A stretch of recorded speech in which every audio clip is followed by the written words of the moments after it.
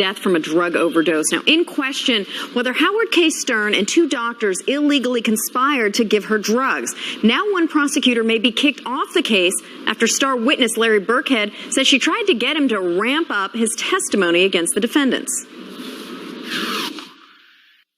I just want the truth. I mean, I'm not sitting here. I didn't come to court saying I want to, throw somebody to the fire or take up for anybody. I just came here just to tell what I knew.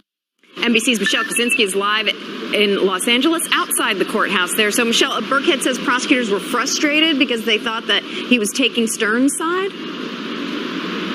Hi, Monica. Yeah, he kind of blew the whistle on this one prosecutor in particular, telling the judge that she kept saying to him she felt sure that Danny Lynn, his 3-year-old daughter with Anna Nicole Smith, would surely face developmental difficulties because of Anna Nicole's drug use while pregnant. And he said that annoyed him, it upset him, because not only is Danny Lynn completely fine, she seems to be thriving. But he said this prosecutor kept on telling him that he seemed to be standing up for Howard K. Stern and that somebody needed to speak for Anna Nicole. He said it seemed like prosecutors were trying to get him to ramp up, in his words, his testimony on the stand. Well, after that point, it all went downhill. Prosecutors were clearly annoyed. They tried to impeach him on the stand. This is their own witness who they had up there for 2 days. Prosecutors said he had made stronger statements in the past about Anna Nicole's drug use, although he said, he reiterated over and over again, in fact, that he did believe that she was addicted to prescription meds. The question now is, of course,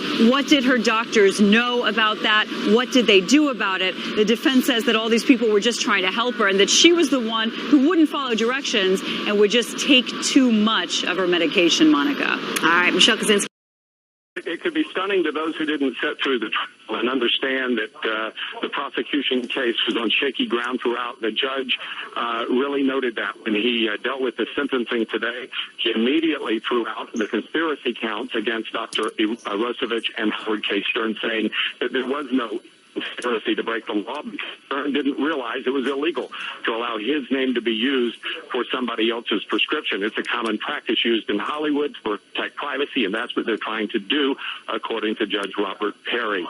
The judge also reduced the only count that remained after of 23 potential convictions they could have gotten. One was left standing at the end of the day at sentencing, and he reduced that from a felony to a misdemeanor for the psychiatrist, Dr. Rosevich, saying that she was just trying in a heartfelt way to help a friend who was suffering from chronic pain syndrome. We're talking about Anna Nicole Smith. The bottom line, the judge said he did not believe Anna Nicole Smith was under the law defined as an addict, that she was just seeking pain relief and this doctor was trying to help her.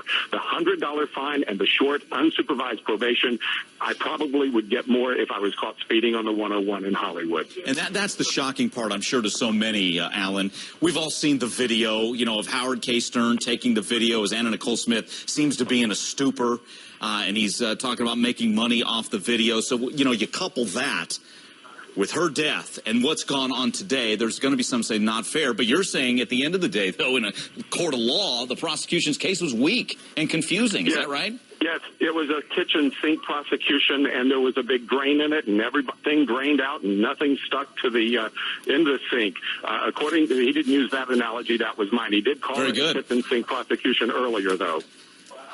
Okay, and then Dr. Rosevich. So back to Stern, though.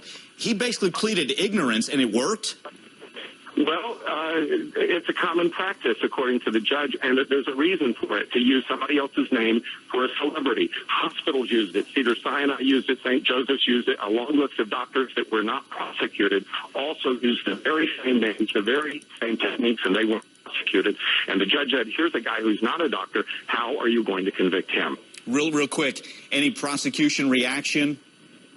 Well, the prosecution had really backed away by the time we went into court today. In fact, the chief prosecutor, Sean Carney, said, I don't mind you reducing this to a misdemeanor later, but let's sentence them as felonies first and then maybe later. But they even backed down and said, let's don't even recommend prison. They were recommending probation after all of this multi-million-dollar